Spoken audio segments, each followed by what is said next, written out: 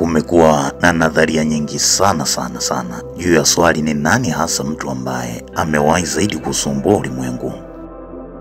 Kuna wengine wamekuwa kiibuka na kumtaja mtu kama Muhammad Bauda, wengine wanaenda wanamtaja Adolf Hitler, wengine wanaenda mbali zaidi wanamtaja Osama bin Laden.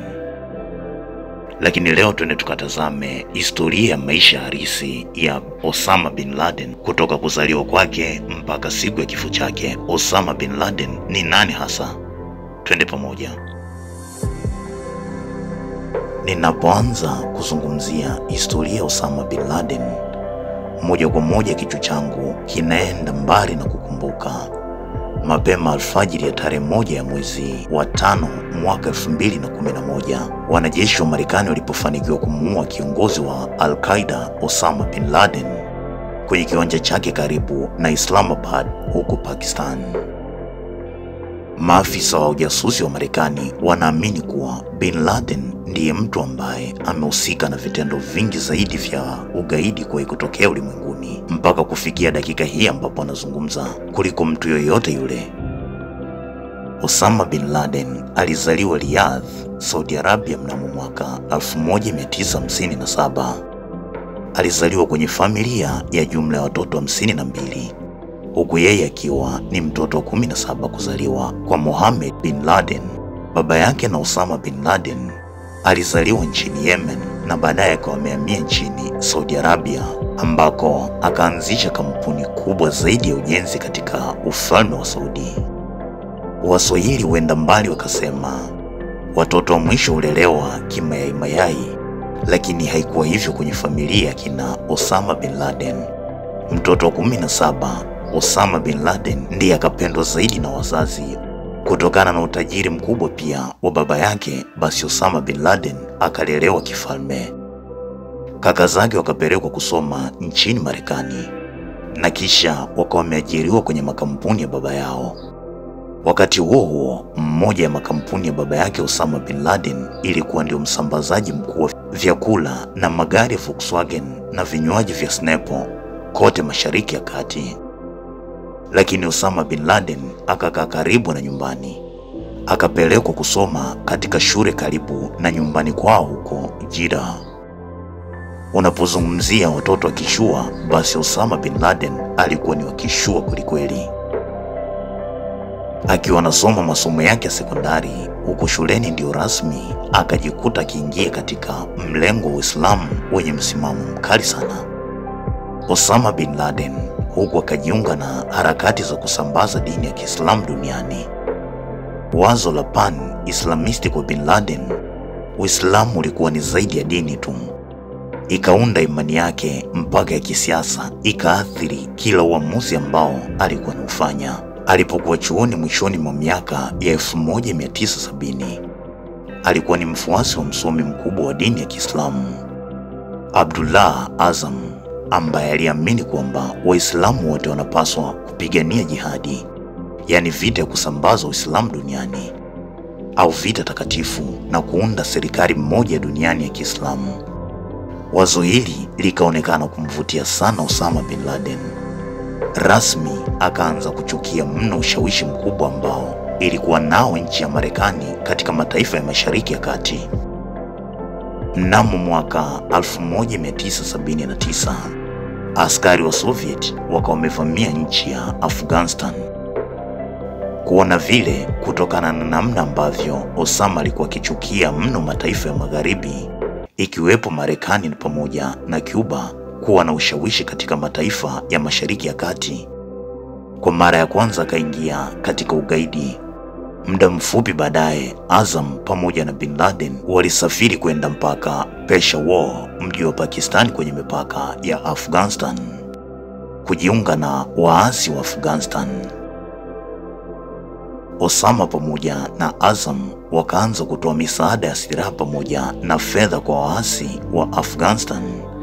Osama na Azam wakiwa huko wakaanzisha shirika lao linaloitwa Muktab al-Khidmat, yani kwa kifupi ni MAK, ambalo wakaanza kulitumia kama mtandao wa kuajiri wa kimataifa. Lakini wakati huo walikuwa wanahitaji vijana tu kwa ajili ya kupigana vita. Hapa ndipo rasmi sasa Osama bin Laden akawa ameanza kusuka kikosi cha ugaidi.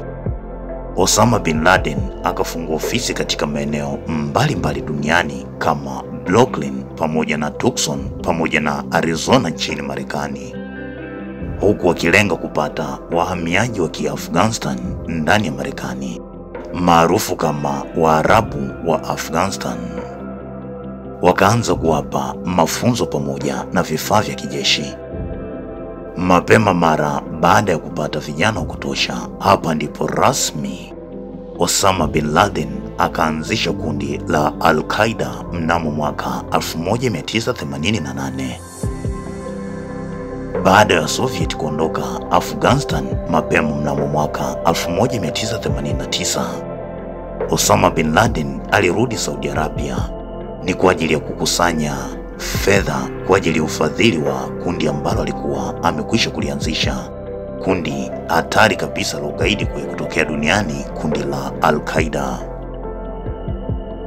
Jambo ambalo likatokea kuwa gumu sana kwake.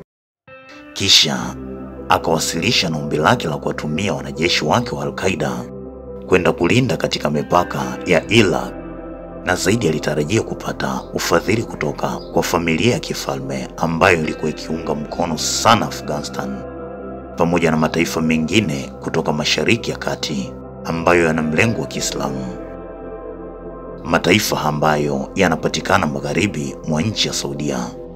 Lakini Osama alipowasilisha ombi lake likakataliwa vibaya sana na familia ya kifalme.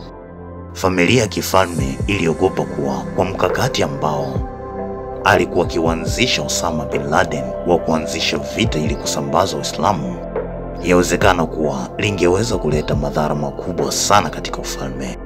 Hivyo kaamua kujaribu kumnyamazisha Osama bin Laden asiendelee na mkakati wake kwa kadri ambavyo angeweza. Kwa kuanza ukachukua hati yake kusafiria na kukataa ombi lake la kutuma Waarabu wa Afghanistan, yani wa Al-Qaeda, kwenda kulinda mipaka ya Iraq. Na hii ni mara baada ya Iraq kuvamia Kuwait mnamo mwaka 1990, na walikuwa wakisaidiwa na jeshi la Marekani. Kutokana na Marekani kuhusika pia, pamoja na jinsi ambavyo mpaka wakati huo Osama alikuwa anachukia mno ushawishi wa Marekani katika mataifa ya Mashariki ya Kati, ikamkasirisha mno. Akatamka kuwa Iraq walipata msaada kutoka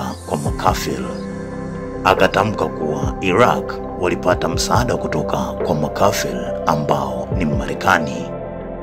Na badala yake pia alikasirika juu ya kutengwa. Alihitaji kiwa Al-Qaeda ingeshiriki katika uvamizi huo na sio Marekani. Kutoshirikishwa kwake na kushirikishwa kwa Marekani ilimkasirisha sana Osama bin Laden. Akahisi kuwa alikuwa ametengwa. Akaapa kuwa ilikuwa ni Al-Qaeda na sio wa Marekani ambao siku moja wangethibitisha kuwa Mungu wa kweli ulimwengu huu ni yupi hasa. Mapema mwaka uliofuata mnamo mwaka 1991, Osama bin Laden aliondoka kutoka Saudi Arabia na kuelekea Sudan, nchi ambayo ilionekana kuwa ina nguvu zaidi ya Kiislamu. Huku akawa ameelekea kufanya matayarisho shambulio lake la kwanza kabisa la kigaidi. Mara baada ya mwaka mmoja zaidi wa matayarisho, alikuwa amekamilika katika zoezi la kukusanya silaha na kulijenga vizuri kundi lake la Al-Qaeda.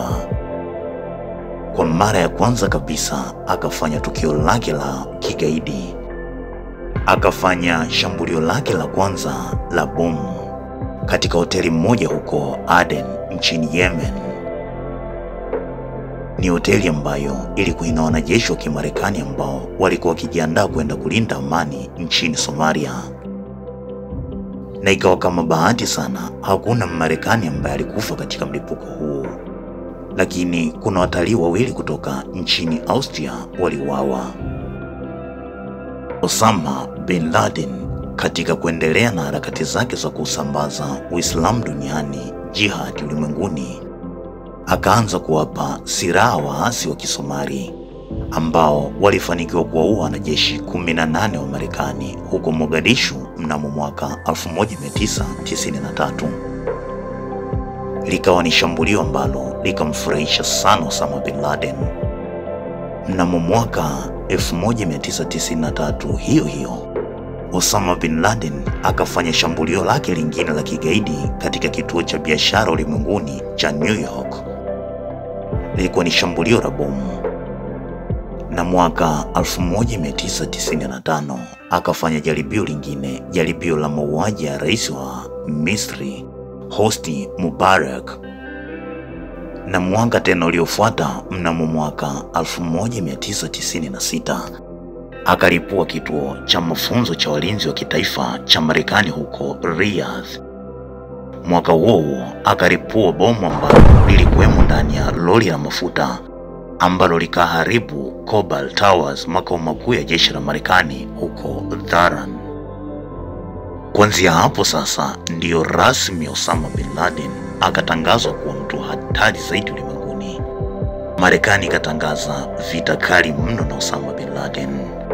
Mapema mwaka 1996, katika wakati ambao Osama bin Laden alikuwa ndani ya Sudani, serikali ya Marekani ikatengeneza jaribio la kumkamata Osama kwa kutumia serikali ya Sudan, ambayo bado haikuwa tayari kumsalimisha Osama. Ndipo Osama akaamua kukimbia kutoka Sudan na kwenda moja kwa moja mpaka Afghanistan. Wakati huo kiwango cha mashambulio ya kigaidi cha Al-Qaeda iliendelea kuongezeka. Mapema Agosti 7 ya mwaka 1998 ndipo rasmi nguvu ya Osama ikatua mpaka Afrika Mashariki ikiwemo Tanzania. Osama kupitia kikundi chake cha kigaidi cha Al-Qaeda akalipua balozi ya Marekani zilizopo nchini Tanzania na Kenya, ambapo nchini Kenya watu 213 waliuawa na wengine watu karibu 4500 walijeruhiwa kutoka kwenye ubalozi wa Marekani nchini Kenya, na 11 waliuawa nchini Tanzania na wengine 85 walijeruhiwa katika ubalozi wa Marekani uliopo Dar es Salaam nchini Tanzania. Haikuishia hapo, mbabe huyu bado akaendelea kuishambulia dunia. Na mapema mwezi wa 12 mwaka 2000, mashua ndogo iliyokuwa imebeba mabomu ililipuka ndani ya meli ya kivita ya Marekani, ambapo mabaharia 17 waliuawa na wengine 38 walijeruhiwa. Osama bin Laden akajinyakulia sifa nyingi sana kupitia tukio hili. Serikali ya Marekani ikaanza mikakati ya kumshtaki Osama bin Laden kwa mashtaka yanayohusiana na milipuko ambayo ilitokea katika ubalozi wake uliopo nchini Tanzania na nchini Kenya. Wakati ambao serikali ya Marekani ilikuwa ikijipanga kuandaa mashtaka, wakati huo magaidi wa Al-Qaeda walikuwa busy kupanga shambulio lingine kubwa kuliko lote. Ni shambulio la Septemba 11 mwaka 2001 kwenye kituo cha biashara ulimwenguni na Pentagon. Mashambulio ambayo yameacha maumivu makubwa na majeraha makubwa katika historia ya ulimwengu, hasa historia ya Marekani. Lilikuwa ni tukio lililoua maelfu ya watu na kusambaratisha makao makuu ya vitengo nyeti vya usalama wa nchi ya Marekani. Katika makala inayofuata nitaeleza juu ya shambulio hili, jinsi ambavyo liliandaliwa na namna ambavyo lilitekelezwa. Na mara baada ya tukio hili la kigaidi kubwa zaidi kuwahi kutokea ulimwenguni, mara baada ya Septemba 11, serikali ya Marekani ikajiapiza kumtia nguvuni Osama bin Laden, awe hai au amekufa. Lakini yawezekana mbabe huyu alikuwa na akili nyingi zaidi kuvizidi vyombo vingi vya usalama. Katika majaribio mengi ya kukamatwa kwake, alifanikiwa kutoroka na kuondoka akiwa salama kabisa. Kwa miaka zaidi ya 10, Osama bin Laden akaingia mafichoni. Akiwa huko akaendelea kutoa maneno ya dhihaka na dharau kwa Marekani kupitia redio na runinga, huku akiendelea na zoezi la kuajiri vijana wengi zaidi ulimwenguni. Wakati huo CIA na maafisa wengine wa ujasusi wakaendelea na mazoezi ya kumtafuta Osama bin Laden popote pale alipo ulimwenguni. Hatimaye siku za mwizi ni 40 zikatimia. Agosti 2010, kikosi maalum kilichoundwa na rais wa Marekani wakati huo Barack Obama na kupewa jina la SEAL 6 kikafanikiwa kubaini mahali ambapo alikuwa amejificha Osama bin Laden. Alikuwa amejificha huko Abbottabad, Pakistan, karibu maili 35 kutoka Islamabad. Kwa miezi kadhaa, maafisa wa CIA walikuwa kilichunguza jumba la Osama bin Laden ambalo alikuwa kilitumia kuishi, ambalo ndiyo yalikuwa maficho yake haswa. Walikuwa kilichunguza kwa kutumia drone maalum, huku wakiendelea kupiga picha kutoka angani. Mapema tarehe 2 ya mwezi wa 5 mwaka 2011, mapema siku ya 2 ya mwezi wa 5 mnamo mwaka 2011, timu ya SEAL 6 ikavamia jumba ambalo Osama bin Laden alikuwa akijificha, na wakamkuta Osama bin Laden akiwa na mke wake pale ndani, na walimkuta kiongozi huyo wa Al-Qaeda akiwa kwenye chumba cha juu ghorofani akiwa na bastola pamoja na bunduki moja ya kivita pamoja na bunduki nyingine ya udunguaji kutoka masafa marefu. Ndipo rasmi kikosi hiki kikawa kimefanikiwa kumuua Osama bin Laden, mtu hatari aliyesakamwa kwa gharama za mabilioni ya pesa, huku rais wa Marekani wakati huo Barack Obama alikuwa akiendelea kufuatilia live shambulio hili akiwa na maafisa usalama kutokea ikulu ya Marekani kupitia kamera ambazo zilikuwa zimefungwa kwa moja wanajeshi wa kikosi cha SEAL 6. Na huo ndo ukawa mwisho wa zama za Osama bin Laden, lakini Al-Qaeda bado ikabaki kwenye mikono ya mtoto wa Osama bin Laden aliyefahamika kama Hamza bin Laden, ambaye naye aliuawa na jeshi la Marekani mapema Septemba 2019. Rais wa Marekani Donald Trump wakati huo alithibitisha kuwa mtoto wa Osama bin Laden, yani Hamza bin Laden, ambaye ndio alikuwa mrithi wa Osama bin Laden na ndio alikuwa kiongozi wa Al-Qaeda kwa sasa, aliuawa katika operation yao dhidi ya ugaidi. Katika makala ambayo inafuata, tutakwenda kuangazia kwa undani zaidi shambulio hili, namna gani ambavyo kikosi hiki cha SEAL 6 kilikuwa kimeandaliwa na namna gani ambavyo kilivamia katika jumba la Osama bin Laden na kisha wamefanikiwa kumuua Osama bin Laden, na alizikwa wapi, mazishi yake yalikuwa namna gani. Basi kuyajua yote hayo, tukutane katika makala inayofuata ambayo tutakwenda kuangazia kwa kina zaidi katika upande huo. Ulikuwa nami mwandaji wako ninayekwenda kwa jina la Holland. Ningependa kukumbusha usisahau kusubscribe, kulike na kucomment pia kupitia Jabali Media. Asante.